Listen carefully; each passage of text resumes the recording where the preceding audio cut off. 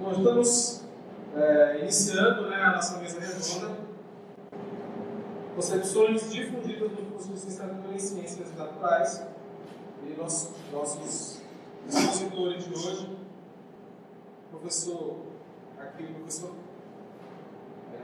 Cléber Vinícius Gonçalves Feio e o professor Clebson Daniel Sodré. O professor Clebson é mestre em Biologia Ambiental pela Universidade Federal do Pará, curso de coordenação no estudo de estudos costeiros da Universidade de Bragança. Tem experiência na área de ecologia, ênfase em ecologia de áreas associadas ao manguezal e em pesquisa no ensino de ciências. É professor assistente 3 do curso de Ciências Naturais da Universidade do Estado do Pará e doutorando no programa de pós-graduação em Educação para a Ciência na Unesp Bauru. O professor Cléber Vinícius Gonçalves Feio é mestre em Direitos Humanos da Universidade Federal do Pará, especialista em Filosofia e Epistemologia, bacharel em Direito, bacharel e licenciado pleno em Filosofia pela UFPA, professor da disciplina Métodos e Técnicas de Pesquisa no curso de Direito da Escola Superior Mar Celeste e de Filosofia e professor de Filosofia na Rede Estadual de Ensino vinculado à Secretaria Executiva de Educação, a SEDUC.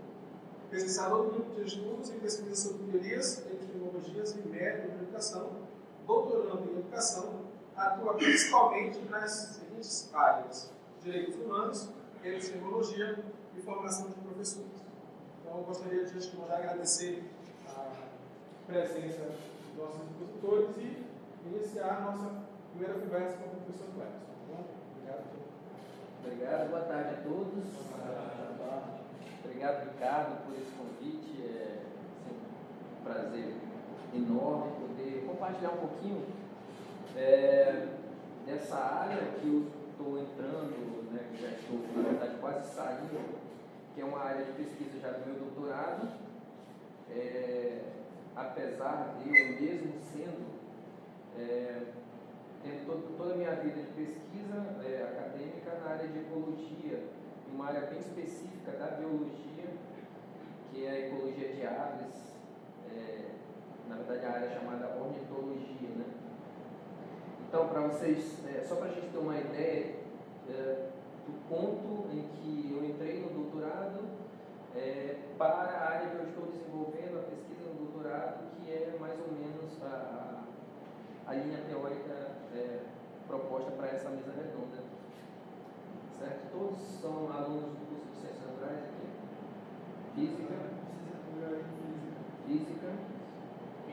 Física também? Bom, melhor ainda a conversa.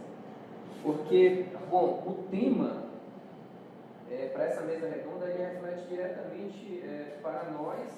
Eu digo para nós porque eu acho que eu me encontro muito, assim, eu me vejo muito nesses alunos que entram no curso de licenciatura, principalmente os cursos da área de ciências naturais, química, física, biologia, são os clássicos. Alguns autores incluem geologia também, que é uma área já bem mais fechada, já uma área bem mais densa, nesse sentido também, colocando junto com as outras áreas.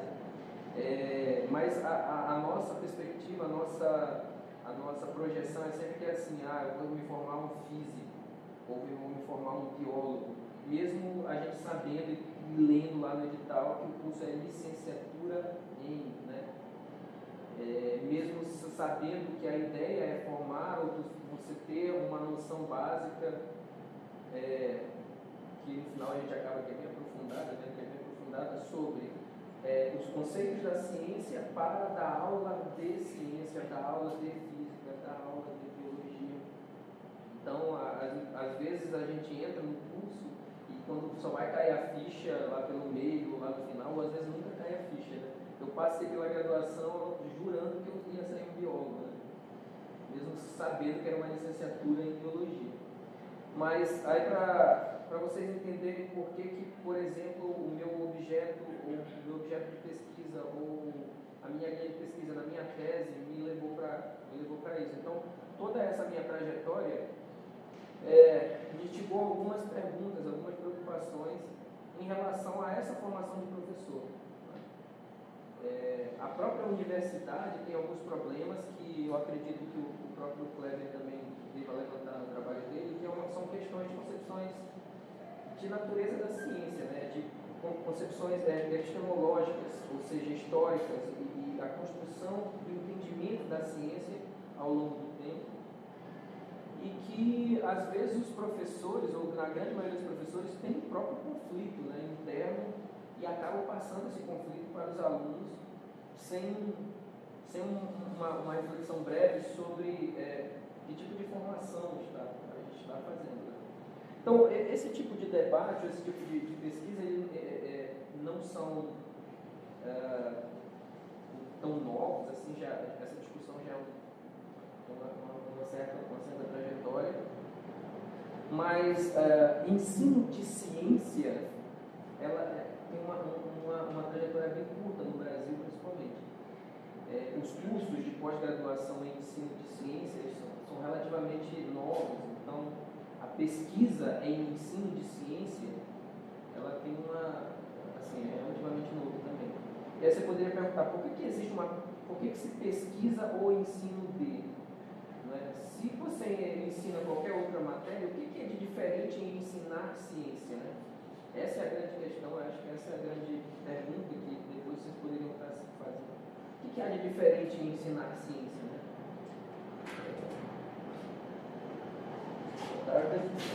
E aí, o tema, mais ou menos, a direção da minha tese seria mais ou menos esse tema aqui, né? A pesquisa no campo de referência em ciências naturais e a formação de professores. Né? Mais ou menos por essa trajetória que eu acabei de comentar com vocês, de uma graduação um pouco mais rígida, com aquele pensamento de formação mais técnica na área de biologia, depois um mestrado na área de ecologia também, bem técnico, bem rigoroso, bem duro, e ao entrar na UEPA para ser professor do curso de Ciências Naturais, normalmente você já fiz um mestrado, então é possível que eu dê aula de qualquer disciplina na área de biologia para formar professores de ciência, ou para formar professores de biologia. Mas não é bem por aí não, tem um negócio bem mais complicado do que isso daí. Então, me levou a essa questão para a minha tese. Eu não vou entrar em muitos detalhes da minha tese, mas assim, a ideia que eu trouxe para esse debate é mais ou menos explicar essa linha de raciocínio que tem a ver com o tema proposto na mesa redonda. Então, aí, alguns questionamentos iniciais para essa proposta é assim, como o desenvolvimento da pesquisa no campo de referência influenciam, né, na formação inicial de professores de ciência. Aí eu vou explicar depois o passo a passo o que eu chamo de, primeiro, configurar, tentar definir, tentar esclarecer o que eu estou dizendo que é pesquisa do ponto de vista acadêmico, o que é o campo de referência que eu estou chamando aí, e o que é essa formação de professores em ciências. E aí eu coloquei no pacote de ciências naturais, mas entendo aí a química, a física, a biologia e a geologia que eu coloco dentro desse pacote de ciências naturais, não em si o curso de ciências naturais como tinha antigamente aqui na UEP. Ainda tem o curso ainda de ciências naturais? Então, é possível identificar traços dessa influência na prática docente do professor de ciências? Então, alguns questionamentos aqui que a gente vai conversando um pouco mais. Qual a visão de ciência? A prática na pesquisa no campo de referência ajuda a formar nos licenciados. Né? Aí, visão de ciência, eu acredito que o professor Kleber também vai tocar bastante nessa, que a gente fala, concepção de natureza da ciência. Né? Então, destrinchando um pouquinho mais esse título aí, que é um título ainda a ser ajustado para a minha tese, mas é assim, o que eu considero, o que eu vou falar sobre pesquisa, o campo de referência e essa formação de professores para ciências naturais. Né? Pesquisa tem uma longa história da pesquisa no sentido científico, no sentido de pesquisa mais prática, né, no sentido, eu diria, mais cotidiano, né, de você, de repente, ter uma dúvida, dá um Google na vida, pesquisa, ou vai no livro, pesquisa, faz uma pergunta, vai em um grupo de pergunta, você faz uma pesquisa. Mas essa pesquisa aqui em si, eu quero definir como uma pesquisa no sentido acadêmico, né? E aí eu poderia perguntar assim, mas a pesquisa acadêmica, o que é a pesquisa acadêmica? Como é que se faz uma pesquisa acadêmica? Como é que a gente tem a noção da pesquisa acadêmica, né? Nós sabemos que nas universidades públicas, né, o tripé da universidade pública é pesquisa, ensino e extensão. Então a pesquisa é uma coisa muito importante. E a gente vai ver que ela nasceu com uma concepção bem importante, ela nasceu com uma ideia de captura, né, ou de pesca, né, dos melhores alunos, das melhores pesquisas, né, das melhores invenções vinda dos Estados Unidos, né? Então, o pós-guerra nos Estados Unidos, principalmente no período de Guerra Fria, iniciou-se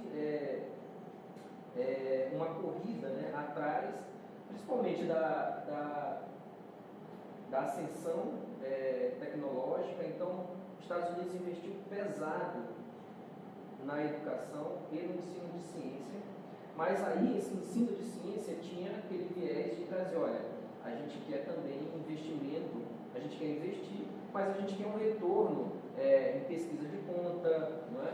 No avanço científico, tecnológico, etc. Então, esse modelo dos Estados Unidos de pesquisa foi trazido para o Brasil nesse sentido de incentivar a ciência, mas para a produção e o avanço tecnológico. Então, a pesquisa, nesse sentido, era a pesquisa, como o próprio Pedro Demo fala, que era a pesquisa produtiva, né? Então, você tinha que ter um produto no final da sua pesquisa. Então, as universidades abraçaram isso, e assim, você tinha que ter no final do seu curso, você tinha que ter um produto, você tinha que ter tinha que dar satisfação do investimento que o governo estava fazendo em você, através da sua pesquisa, do seu trabalho. Então, a pesquisa, nesse sentido, ela tem esse viés mais produtivista mesmo, né? Que a gente depois vai ver que no Brasil não foi tão assim. Mas, se você perguntar que tipo de pesquisa, e aí eu estou fechando aqui a ideia para a ciência, está vendo lá as ciências naturais. Que tipo de pesquisa era feita na ciência e que tipo de ciência se fazia? Basicamente, não mudou muita coisa de lá para cá sobre o que a gente pensa em fazer ciência e fazer pesquisa em ciência. Né? E por mais que se diga que mudou alguma coisa na concepção, principalmente de professores ou dos alunos, principalmente nas universidades, sobre o que é fazer ciência dentro dessa área de ciências naturais, ainda existe uma concepção muito errônea ainda, né, equivocada, do que é fazer ciência e de como se faz a ciência dentro desse viés de pesquisa acadêmica. Não é? Então, nesse primeiro momento, o Brasil pega nessa partida aí dos Estados Unidos e outros países, né, no avanço científico e tecnológico, e copia meio que o modelinho para trazer para cá, e algumas coisas foram implementadas aqui. É claro que no Brasil a ideia não foi bem o avanço científico e tecnológico para se ter uma grande potência mundial e tal. O negócio foi bem mais embaixo. Bom, tem um artigo da professora Miriam Kazushiki que faz um recorte muito bacana, um artigo até relativamente curto, sobre essa trajetória da pesquisa, né, em ciências no Brasil. E aí, não sei se vocês conseguem observar aqui, mas algumas concepções, né, a evolução da situação mundial segundo a tendência de ensino. Aí, olha, de 1950 a 2000. O Brasil, mais ou menos, se estabelece, né, as pesquisas e os cursos de pós-graduação já na década de 60, 70. E essas pesquisas vão, principalmente na área de ensino de ciência, também vão pegar esse embalo. Mas olha só qual era o objetivo aqui, a tendência de ensino. Então, o objetivo era o ensino, o objetivo de ensino era formar a elite, aí aqui na guerra tecnológica formar cidadão trabalhador, e na globalização formar um cidadão do trabalho. Se você for pegar esse recorte histórico, você vai ver que a ideia da pesquisa na universidade ela vem mudando o foco em função de todo o contexto geopolítico que está acontecendo no mundo. No Brasil também não vai ser diferente. Quando se vem a ideia da pesquisa nas universidades brasileiras, a ideia é, primeiro, formar mão de obra. Já não é para captar os melhores cientistas, não é as melhores ideias, as melhores pesquisas, como foi durante a Guerra Fria. Mas era para formar mão de obra, porque nesse período o país estava em pleno período de industrialização, então faltava mão de obra. Então seria mais fácil você fazer o viés de pesquisa nesse sentido, para você produzir mão de obra. Então a pesquisa já veio com esse viés para as universidades brasileiras. Assim, curtando um pouquinho mais a história, após esse período, e ainda nem entrei no detalhe de que tipo de pesquisa ou qual é a noção de ciência nesse período. Mas a noção de ciência, basicamente, era a mesma noção de ciência a qual estava lá, foi implementada nos Estados Unidos. Então, é uma ciência que a gente vai aqui colocar como positivista, né? Aquela ciência fechada no método científico, tal qual a gente ainda vê muito hoje. Então, a ideia de ciência, principalmente nesses cursos, ela é uma ideia fechada, os pacotes, existiam alguns livros, né, clássicos que foram copiados dos Estados Unidos também, para biologia, química, física, certinho, bonitinho, tal qual rezava a cartilha lá do que se queria também. Né? Tanto, assim, o avanço científico-tecnológico de fato aconteceu para esses países, né, principalmente a guerra, no caso aqui, a guerra tecnológica, mas a ideia de ciência a visão de ciência foi pouco debatida nesse período e o Brasil acabou também comprando essa ideia. Algumas coisas aqui que eu coloquei, que eu estou falando aqui, mas só para a gente lembrar. Então o período aconteceu durante a Guerra Fria, né, olha, com a ideia dos Estados Unidos vencer essa batalha espacial, aí fizeram investimento e tal. Aí esse movimento teve a participação intensa das sociedades científicas e aí vários desses comitês aí e organizações foram formados. Aí no Brasil a necessidade foi de preparação para alunos aptos para a demanda o progresso da ciência e tecnologia, mas mais para a industrialização. Vocês já viram que o viés aqui na pesquisa já veio um pouco mais diferente, né? Bem mais diferente do que foi proposto primeiro lá nos Estados Unidos. Aí algumas coisas também que tem no artigo, olha, aí a Lei de Diretrizes e Base ampliou a participação das ciências no currículo escolar e passaram a configurar no primeiro ano já do curso ginasial. Aí essas disciplinas passaram a ter a função de desenvolver o espírito crítico, aqui já muda de novo, né, já não é mais só formar mão de obra. Né? Então o cidadão seria preparado para pensar de forma lógica, criticamente, já passou a se discutir mais sobre o papel da ciência, sobre toda a influência científica e a produção científica na sociedade. Aí já a nova LDB, ela já estabelece que a educação escolar deverá vincular-se ao mundo do trabalho e à prática social. Ou seja, por que eu estou contando essa historinha aqui? Porque se eu for falar em pesquisa e não definir de que pesquisa a gente está falando aqui, ou qual histórico, como é que se chega a essa ideia de pesquisa na universidade, vai ficar um negócio meio sem pé na cabeça, né? Mesmo porque alguns autores citam que, dependendo do contexto, pesquisa tem vários entendimentos aí, tá? Mesmo na universidade, a pesquisa acadêmica que a gente fala, ela também tem várias interpretações, como eu vou tentar abordar aqui um pouco mais para frente. Então, aqui ó, no final dos anos 60, as ideias lá de Jean Piaget, e essa daqui vai influenciar bastante no ensino de ciência, né? construtivismo, né? A ideia da prática, da pesquisa, e principalmente aqui, olha,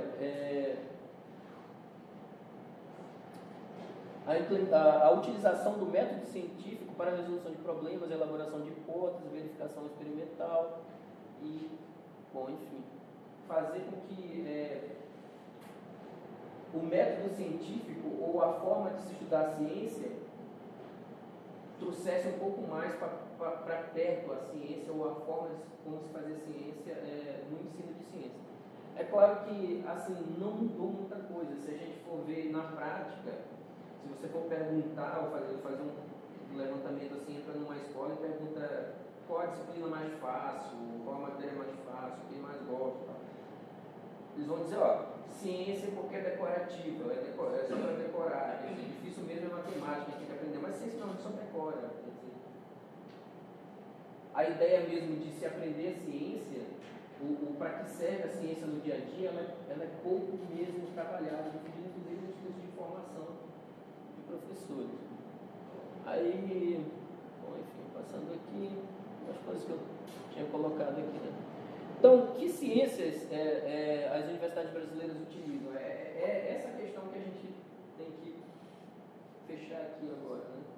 Então, se você for pensar dentro das bolsas de incentivo ou no próprio trabalho de conclusão de curso, vocês vão ter uma concepção de pesquisa e concepção de ciência diferente.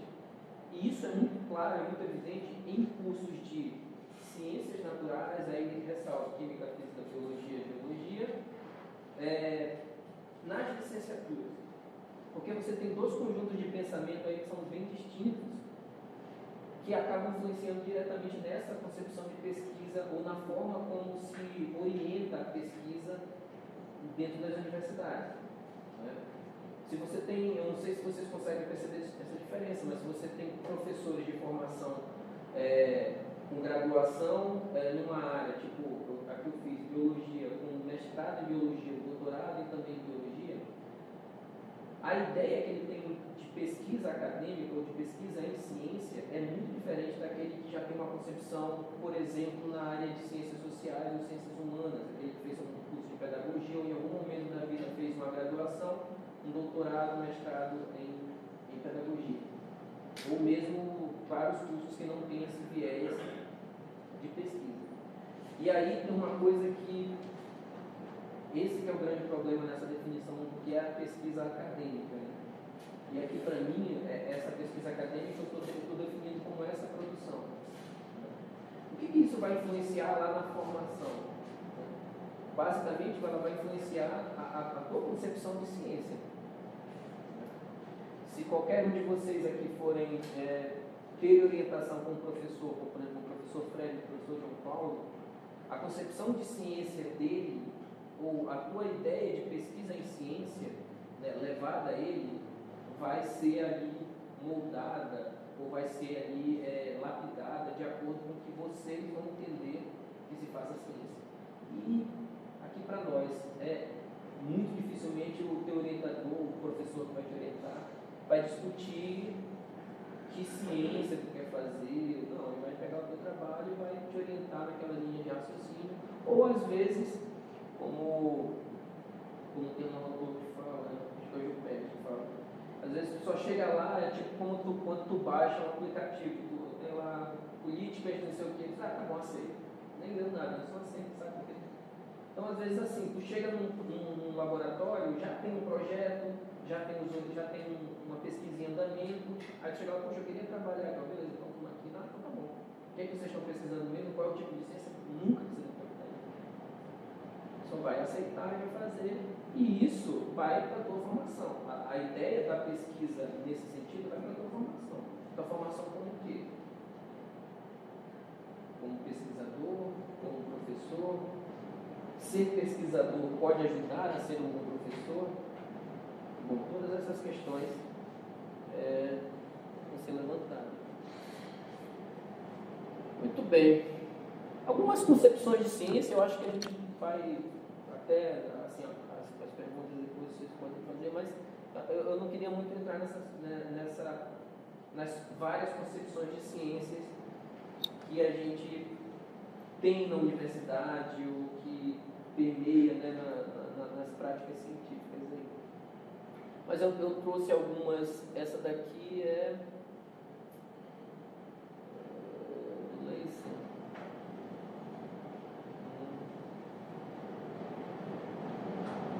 do Lacey, eu acho, Bill Lacey. Então, a ciência não é um construto formal, mas essencialmente uma atividade organizada pela comunidade de pesquisadores. Que fala o estilo de pensamento? Coletivo. É o coletivo de pensamento? Quem fala? Estilo. Quem fala? Lacey. Não é o Lacey, não. Fleck. É o Fleck. Falou Lacey é valor. É, o Fleck, isso. Então, essa é uma ideia do Fleck, que ele fala que essa definição de ciência, ela está no coletivo de pensamento ou no estilo de pensamento quando você tem uma área mais específica na ciência, né? Então, o coletivo de pensamento meio que dá o atestado daquilo que você está praticando como ciência. É por isso que é difícil você defender, por exemplo, que a tua pesquisa em física é bem mais ciência ou é bem mais pesquisa do que a pesquisa que os alunos da pedagogia estão fazendo. E isso é muito frequente na universidade, essa discussão sobre o que de fato realmente é ciência ou aonde é que estão fazendo ciência. Se a pesquisa que um aluno orientando um professor de pedagogia é pesquisa mesmo, científica, ou somente a pesquisa em química, física e biologia é pesquisa científica. Então, segundo o Fleck, ele vai dizer o seguinte: olha, vai depender do teu coletivo de pensamento, do grupo que você está inserido. Então, vai ser mais fácil você falar de ciência ou falar da sua pesquisa com físicos, ou com alunos da física, ou com o teu professor de física, enfim, o teu grupo de afinidade lá de pesquisa. Se assemelha um pouco com o Kuhn, essa... O Kuhn, ele bebe, como diz o Ricardo, ele vai beber muito lá no Fleck. Na verdade, alguns dizem até que ele copiou algumas ideias, né? Mas é bem esse estilo aí. A Instituto da Revolução Científica, o Kuhn, referencia o Fleck. E aí o pessoal redescobre o Fleck tentando ver o que influenciou o Thomas Kuhn. Ele enfatiza a questão da comunidade, né? Científico por causa da comunidade de pensadores. Uma coisa que, assim, por exemplo, que é uma divergência entre o Fleck e o Kuhn é que exatamente o Kuhn ele diz que após as revoluções não existe uma ligação. Ele fala que é incomensurável. Incomensurável, né? Já o Fleck não, ele diz que é inevitável que um estilo de pensamento que mude, ele não carregue o que ele vinha anteriormente. Então, olha, cada época tem a sua concepção dominante, os restos das concepções passadas são predisposições e concepções futuras, em analogia com todas as outras formas sociais. O que eu estou tentando dizer aqui é que a pesquisa e a visão de ciência na universidade, ela passa muito por isso aqui, pessoal. É muito fácil identificar isso daqui. Eu mesmo sou assim, eu estou fazendo esse trajeto de uma área mais específica, né, de um estilo de pensamento mais específico, que seria a ecologia, a ornitologia para a educação. E não só essa passagem no sentido mais de pesquisa, mas no sentido prático mesmo, né, de ensinar, de estar pesquisando, de estar orientando. E eu consigo definir assim, os grupos, assim, porque a forma como você se comunica, a forma como você fala sobre determinado tipo de pesquisa ou determinada área da ciência, ela está muito no grupo que você pertence. E por incrível que pareça, isso parece ser uma coisa meio boa, meio simples, mas isso arranha muito a relação na própria universidade. A discussão na formação de professores, ela passa muito por isso. Porque se você for pegar o corpo docente, por exemplo, da UEPA, e se você for fazer um levantamento da formação dos professores da UEPA, dos cursos de ciências naturais, grande parte deles tem toda uma trajetória em pesquisa na sua área específica. Isso é ruim? Não é ruim. O problema não está aí. O problema é esse professor quando ele vai para a sala de aula formar outros professores. E essa formação não é a formação para a biologia, ou para a física, ou para... É a formação para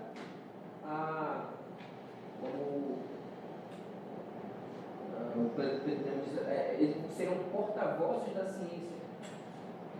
Serão apenas porta-vozes da ciência. Quer dizer, você vai falar sobre ciência, você vai falar sobre química, física e biologia, mas de repente você nunca pesquisou exatamente naquilo. Ou você não entendeu como é que se processou toda a história daquele conceito. Né? Você não sabe como é que surgiu tudo aquilo. Então você meio que aprende a ser um papagaiozinho, né? Só repetindo os conceitos e sem mais reflexão. E isso passa pelo professor. Por que eu estou falando isso? Porque a gente tem a falsa impressão, ou a impressão muito forte, de que o professor bom é aquele professor que ele é carrasco, que ele está. E às vezes isso fica tão forte na gente que quando professor a gente quer fazer o mesmo. Os cursos de matemática, física, química, que eu digo, né? Biologia é um pouquinho mais light, mas assim, teu professor de física eu duvido, teu professor de matemática eu duvido que você não lembra, porque ele era um carrasco. Então, essa concepção ela vai passar para aquele professor que está sendo formado. Tu acha de light biologia? Oi? Tu acha de light biologia? Eu acho. Eu acho pesado. Aí algumas coisas do conhecimento da ciência, né, do conhecimento científico, que assim, mesmo com essa diferenciação, a gente consegue ver. Eu não quero fazer aqui uma discussão também sobre delimitação de ciência, que é uma discussão bem longa, né?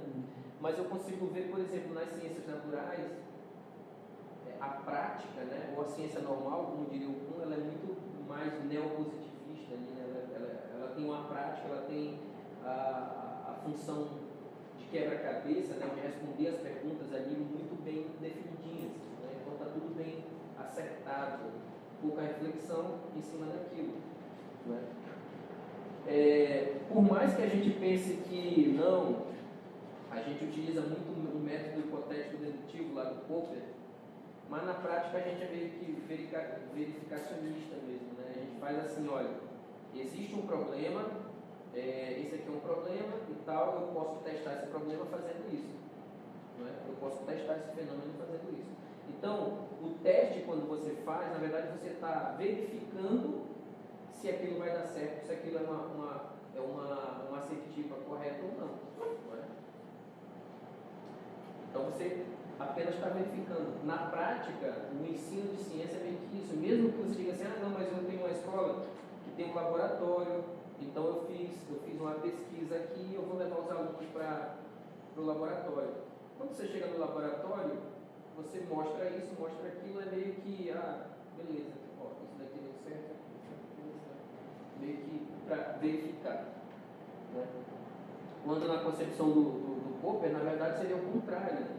Uma concepção científica quando você consegue falsear, né? Que é a ideia de falsibilidade. Então, se eu tenho uma afirmativa, ela é científica se ela tiver um ponto onde eu possa dizer que ela é falsa.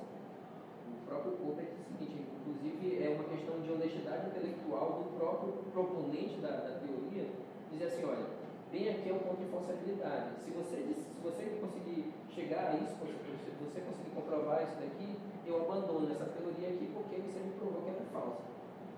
E não tentar verificar como era no neopositivismo. Apesar de, na prática, a gente acaba fazendo muito isso daí e as discussões acabam sem essa reflexão um pouco mais aprofundada do que é realmente. Tá? Vou correr um pouquinho aqui, mas falando sobre os métodos aqui, né?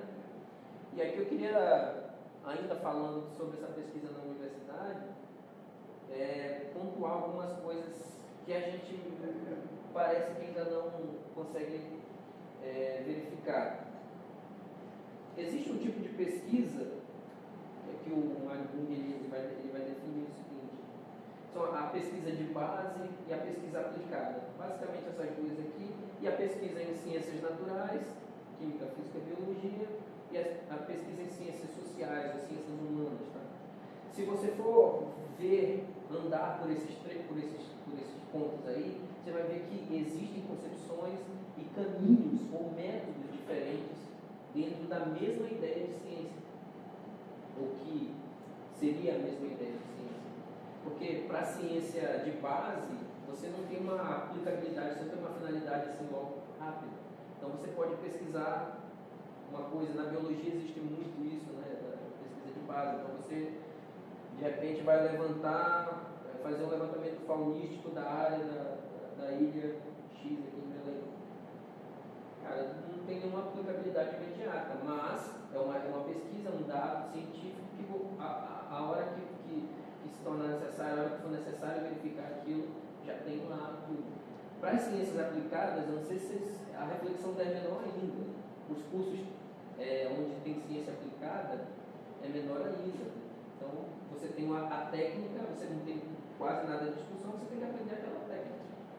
Aí, os cursos de agronomia, os cursos de... uma técnica que você tem que fazer ali, sem mais reflexões. As mesmas coisas vocês vão ver lá para as ciências naturais, ciências humanas, mas enfim, não vou manter aqui. O Pedro Demo, ele coloca umas coisas aqui sobre, assim, para a gente não ficar tentando definir ou demarcar o que é ciência e o que não é ciência.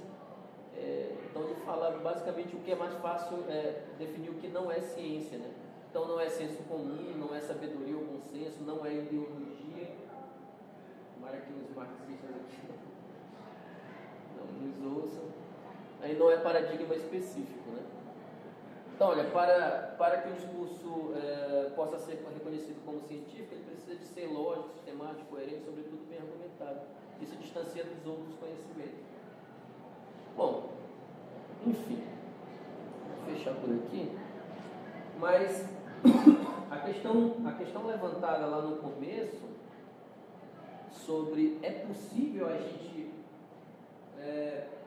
perceber os traços dessa prática na pesquisa na formação de professores,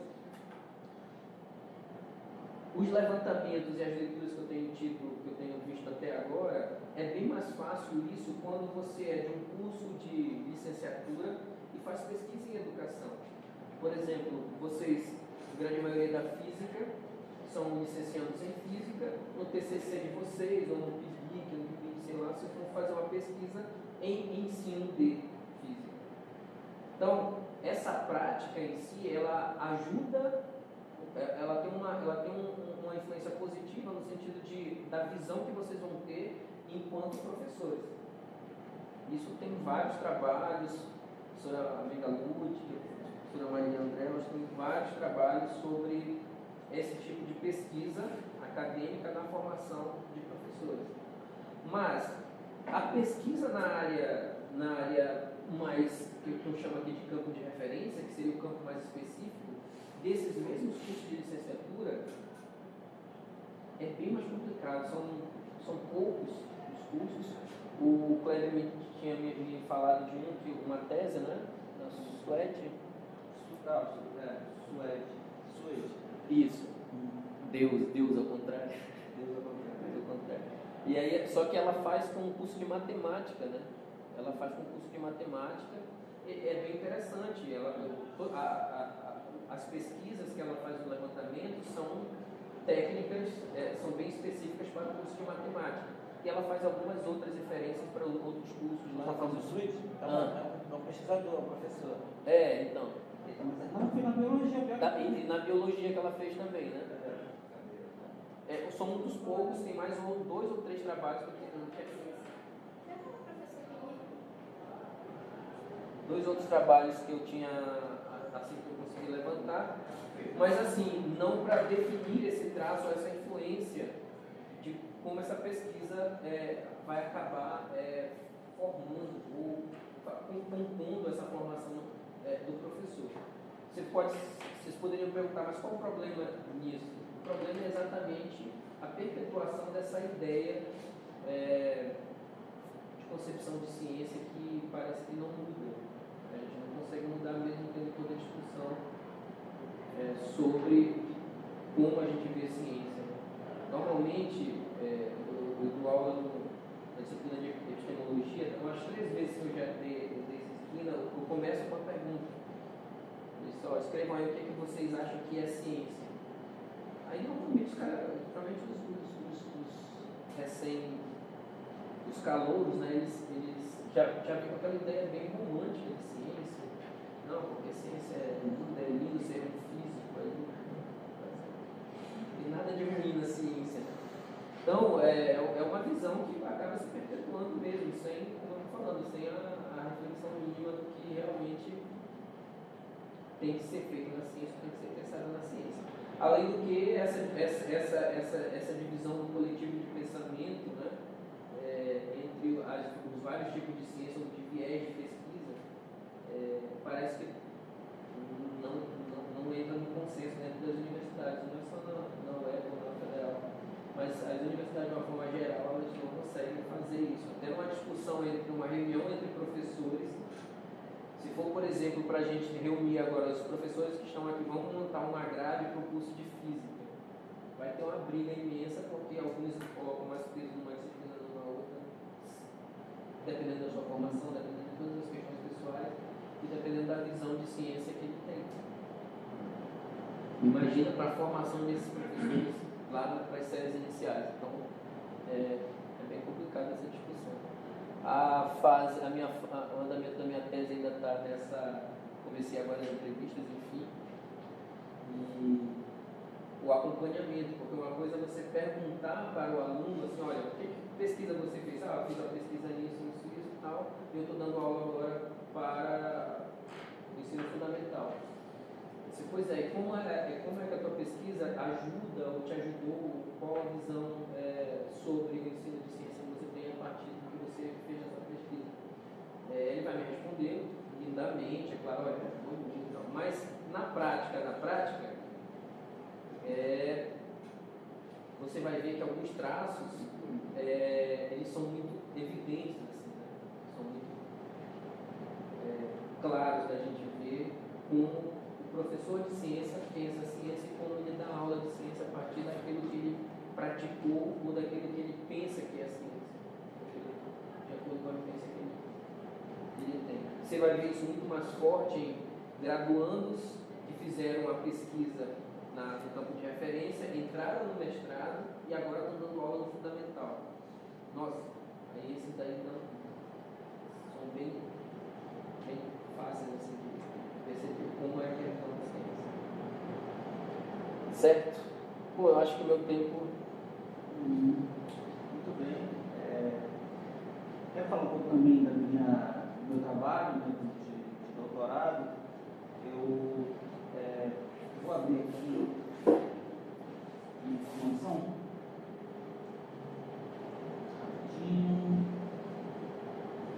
Eu escrevi um artigo recentemente para compartilhar alguns dados, né, já que eu tenho da minha pesquisa.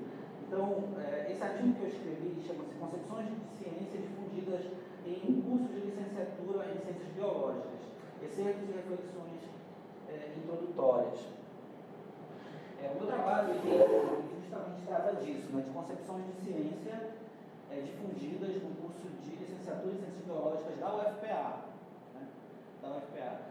Para entender como é que se apresentam essas concepções, eu me inscrevi no Enem, fui aprovado, sou estudante do curso de Biologia da UFPA, né? A minha formação é em Filosofia, tá certo? Eu entrei no curso para construção de dados. Eu não vou me formar porque eu não tenho tempo de terminar o curso, mas fiz várias disciplinas, estou lá como um intruso, digamos assim, né?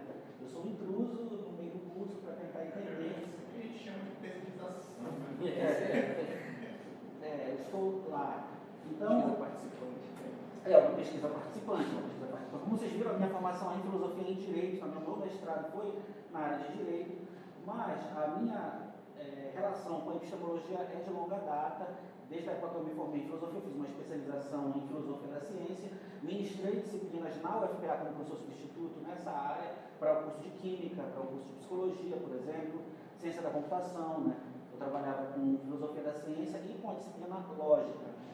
Com lógica, então, muito tempo isso aí. Eu tinha 22 anos, eu estou com 40, né? Então já trabalho com essas questões há muito tempo. E no caso específico da biologia, se deu primeiro por Kant, porque quando eu fiz a especialização, eu fiz a respeito de um filósofo chamado Kant, né? E tem uma obra dele que é a Crítica da Faculdade de Julgar. Né? Na primeira parte ele trata de estética, mas na segunda ele trata de um problema muito curioso, que é um problema ligado ao conceito de organismo. Então, a partir daquelas reflexões do Kant a respeito do conceito de organismo, é que eu comecei a me interessar mais especificamente pela biologia, né? Porque antes eu me interessava mais pela física, por autores da física, só que depois eu achei apaixonante algumas questões ligadas à biologia em função das reflexões do Kant, né? Porque naquele tempo Darwin não tinha nascido, Mendel não tinha nascido, então a biologia era ainda uma ciência em formação, havia muitas questões em aberto, e o Kant, como um grande filósofo que era, gostava de encarar essas questões e levar as últimas consequências. E uma questão fundamental que o Kant levanta ali é justamente a questão do conceito de organismo, porque ele percebeu que a biologia, ao contrário das ciências como a física, né, ela conseguiu se desvencilhar de um conceito aristotélico, que é o conceito de causa final. A física não precisava mais do conceito de causa final, que dominou a antiguidade e a Idade Média. Né? Para Aristóteles, além do conceito de causalidade, que todo efeito tem uma causa, ele achava que tudo na natureza tinha uma finalidade. Tudo tem uma finalidade. Assim, cabe ao investigador descobrir a finalidade das coisas. Mas com a ciência moderna, Galileu, Kepler e companhia, isso foi deixado de lado. Ninguém precisa saber a finalidade de um cometa, ninguém precisa saber a finalidade de uma pedra. Né? Mas é muito curioso como a biologia ela não consegue, nem hoje, abandonar pelo menos o vocabulário. Porque eu percebo que alguns professores meio que usam esse vocabulário finalista. Tipo, qual é a finalidade? Para que isso? Que o animal se comporta? Por que essa célula se comporta dessa maneira? Qual é a finalidade? Quer dizer, a biologia não consegue se livrar dessa linguagem. As ciências físico-químicas se livraram dela. É por isso que hoje os melhores manuais de filosofia da ciência, eles têm um capítulo específico sobre a ordem físico-química e a ordem do vivente, como se fosse um raciocínio diferente. Né? A ordem físico-química é uma, a ordem do vivente é outra. Para explicar a vida requer uma outra argumentação. Então, Kant levanta essa questão porque ele fala que a física, ela, através do mecanismo da natureza, na linguagem do Kant ele usa essa palavra, o mecanismo da natureza. Quando ele fala do mecanismo da natureza, ele está se referindo a Newton, às leis de Newton, aos princípios newtonianos.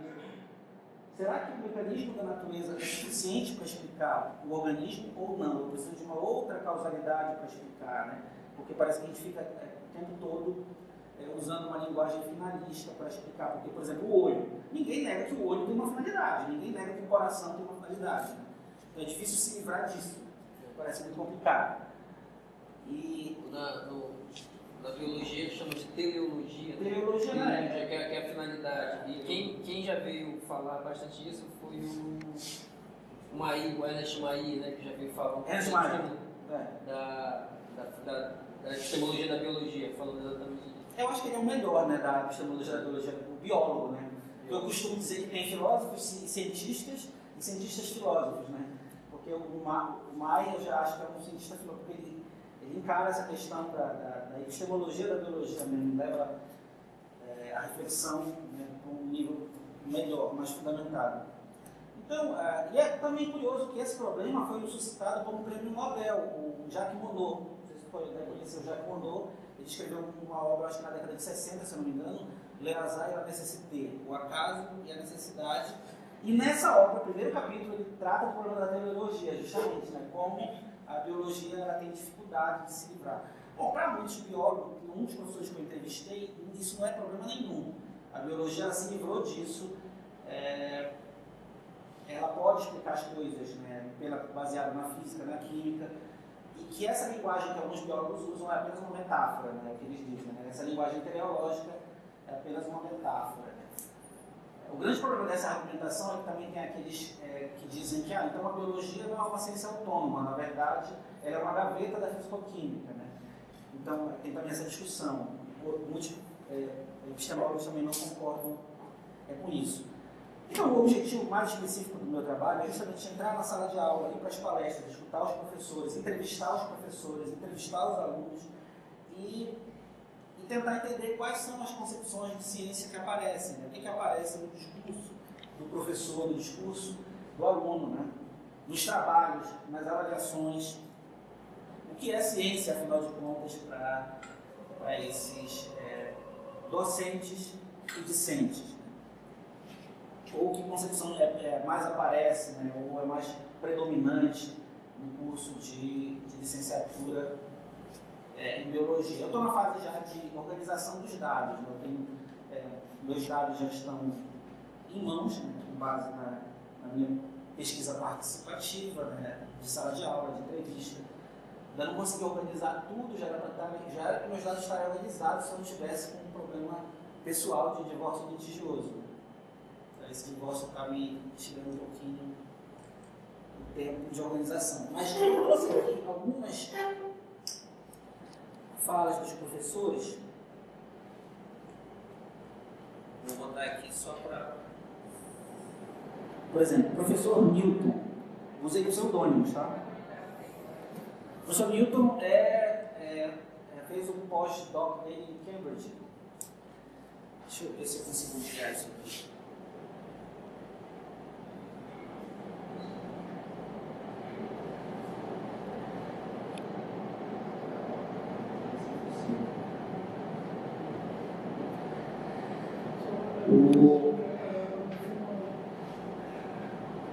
Olha só a resposta dele aqui. Para mim, é um termo... eu perguntei para eles assim, olha só, a minha pergunta era a seguinte. Essa daqui foi uma das perguntas que eu fiz. Na verdade, esse artigo que eu escrevi, ele aborda apenas essa pergunta, né? Eu fiz muitas outras perguntas também. Professor, como o senhor define como cientista o termo ciência? Essa foi uma entrevista com os professores, né? Eu também fiz um questionário com os alunos, mas eu não trato disso aqui.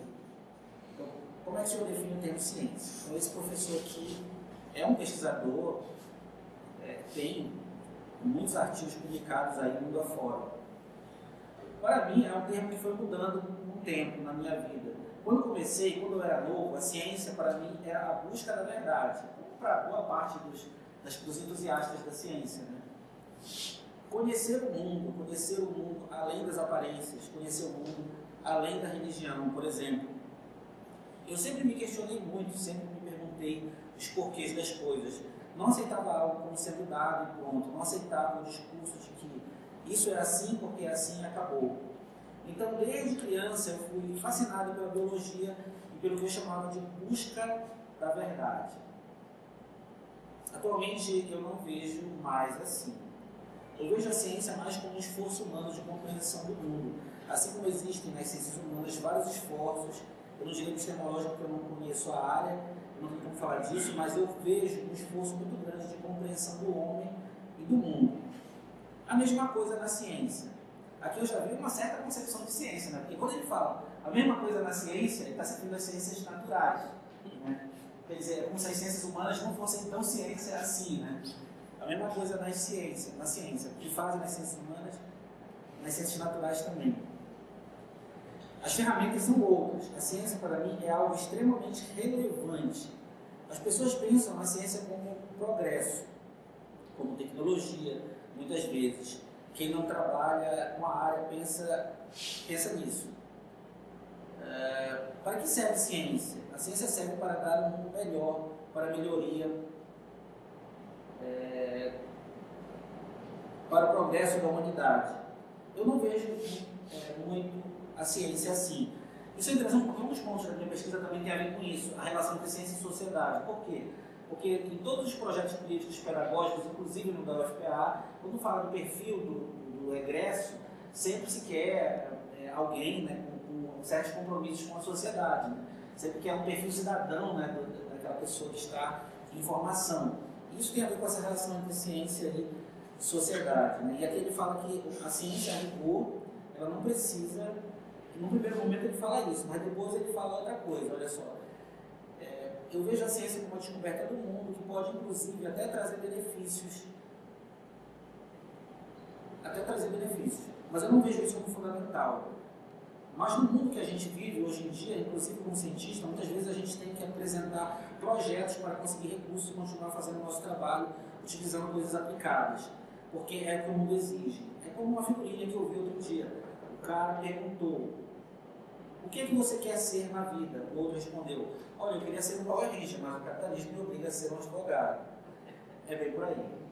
Bom, então vejam, aqui aparecem as duas coisas, né? Ele fala que é preciso, é um ócio do ofício, temos que apresentar projetos, né? Essa aplicação é necessária. Por outro lado, a ciência mesma, ela não tem essa necessidade, né? Então, achei interessante essa coisa da resposta. Tem um outro professor que eu chamei de Haeckel, ele diz assim: eu acho que ciência é a busca pelo entendimento da natureza. E também é ideal que esse entendimento da natureza leve à solução de problemas. Ele já começa falando da questão da solução de problemas desde o início, né? É ideal que a ciência busque isso mesmo. Tem que ter uma aplicação. Problemas cotidianos, que é uma concepção assim, muito diferente da concepção grega, por exemplo, né? Que é aquela ciência contemplativa, né? O que importa é o saber pelo saber, o conhecimento pelo conhecimento. Tem até uma história que se conta do Euclides, que ele estaria dando uma aula e um dos estudantes perguntou para ele assim: o que é que eu vou ganhar aprendendo geometria? E o Euclides pediu para um dos escravos dar algumas moedas para ele.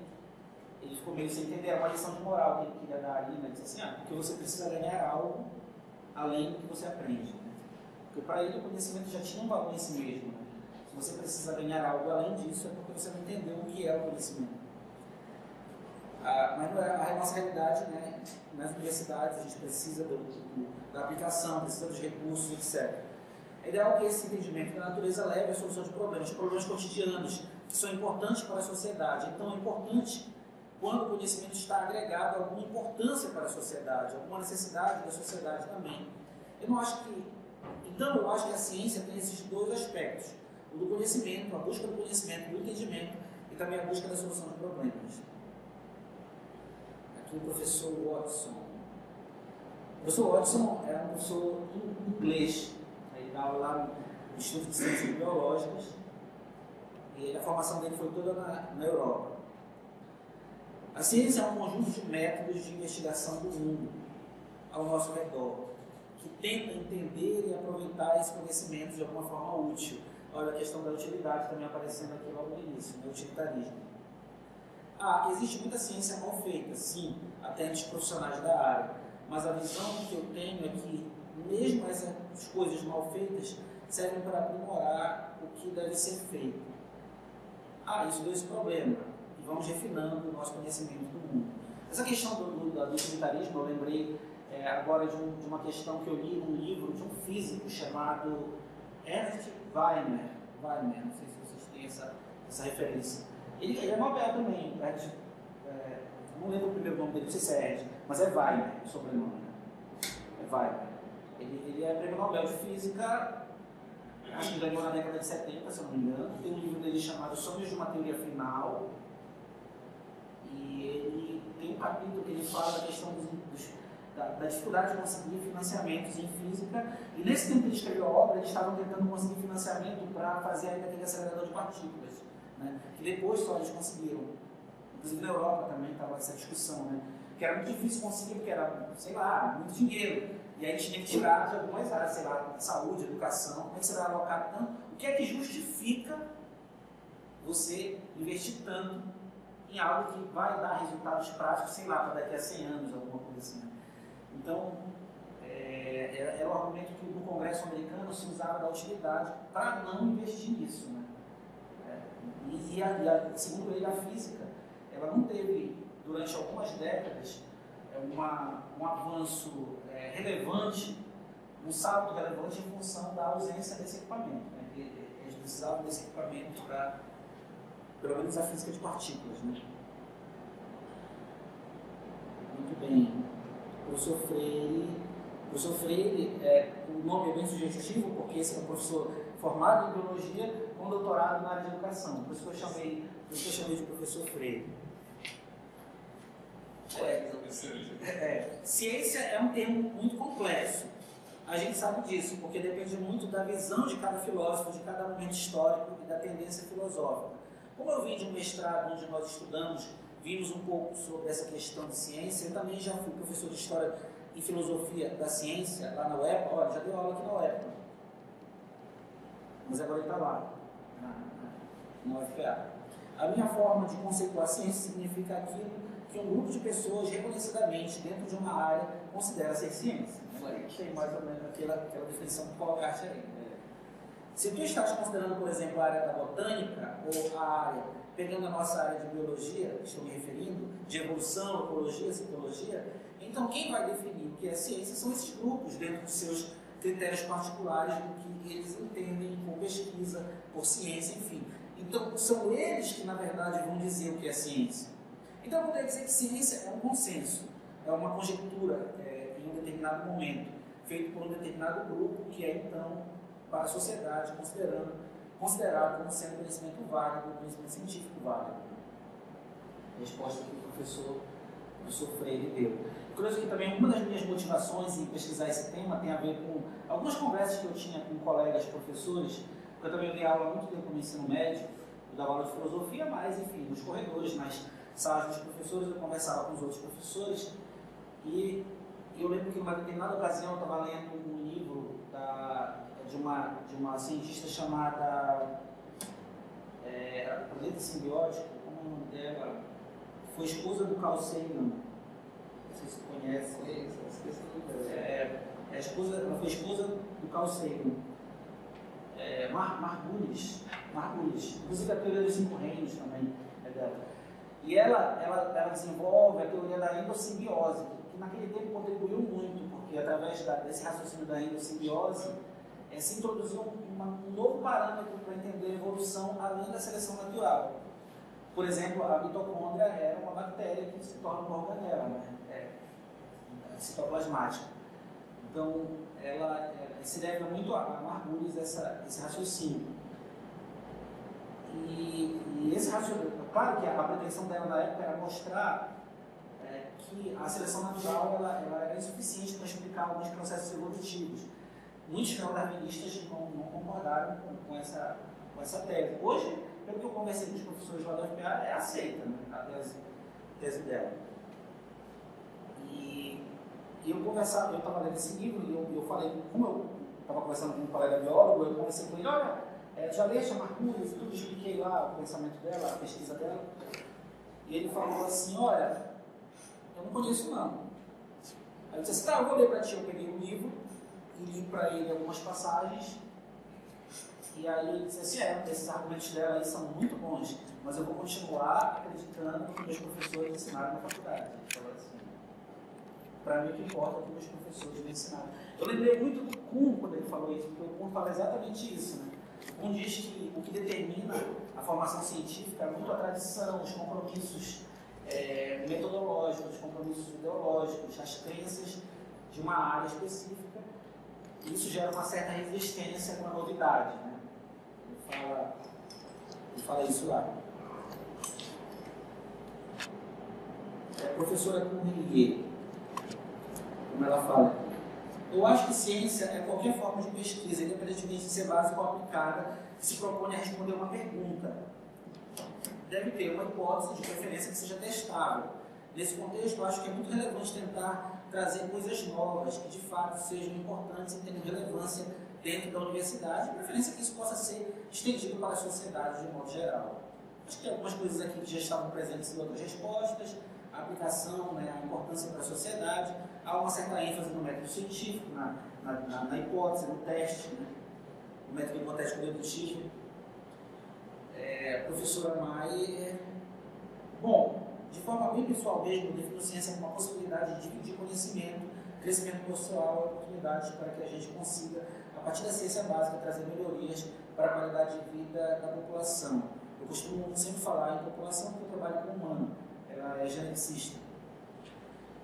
Mas eu acho que em todas as áreas a ciência só tem a melhorar a qualidade de vida, seja de qualquer ser vivo. Uma ênfase também na aplicação, né, na utilidade da ciência. Professora Cássio, ciência para mim são coisas da vida que a gente consegue, de uma maneira simples ou não, testar, comprovar que ela existe. Se existem fatos que comprovem aquilo ou não, é uma coisa que está em constante mudança.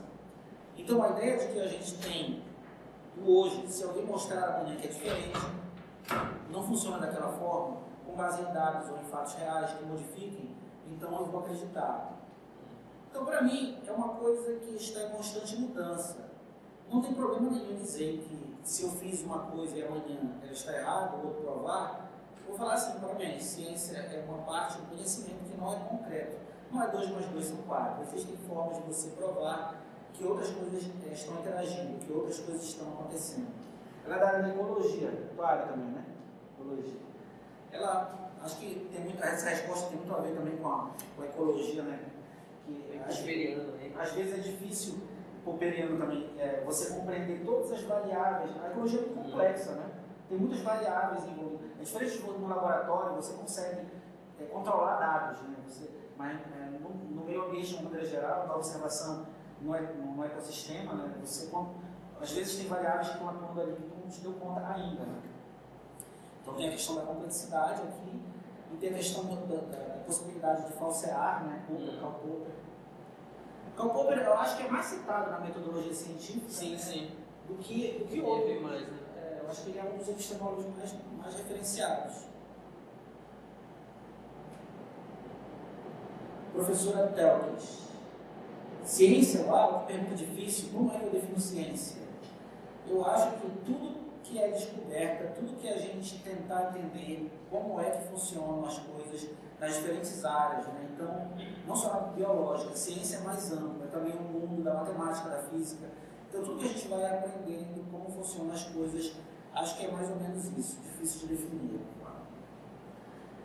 Então, provisoriamente, né, o que eu vejo aqui é o que eu chamo de um positivismo alargado. Né? Por que eu chamo de positivismo alargado?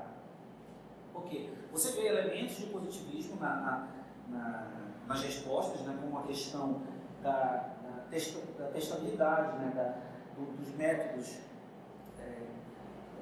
de demarcação da ciência. Esses métodos de demarcação. Você tem aqui um compromisso com fatos, né, com a demonstração objetiva de fatos. Apesar de que a ciência, a linguagem técnica da ciência, ela abandonou o conceito de verdade, né, que alguns modernos usavam. Você não vai ler um texto, um paper de qualquer área das ciências naturais, alguém querendo provar alguma verdade, né, como Descartes tentava fazer a verdade moderna. Mas você tem um conceito de objetividade, você quer ser objetivo e a objetividade passa pela testabilidade, como falou o colega, passa pela comprovação, uma comprovação empírica, né? Passa por modelos matemáticos. Por outro lado, você percebe muito nas respostas também o reconhecimento que isso pode ser refutado, que isso é provisório, que não é mais como eu pensava antigamente. Né? Então, você tem por isso que eu chamo de positivismo alargado. Você tem uma concepção que reconhece a provisoriedade da ciência, né? E que tenta ver um lado humano na ciência, na aplicação também disso, né? No retorno disso para a sociedade, de alguma forma. Né? E considerar isso até uma coisa muito relevante, né? O retorno que deve ser dado, em algumas respostas pelo menos. E eu me inspirei nesse termo positivismo alargado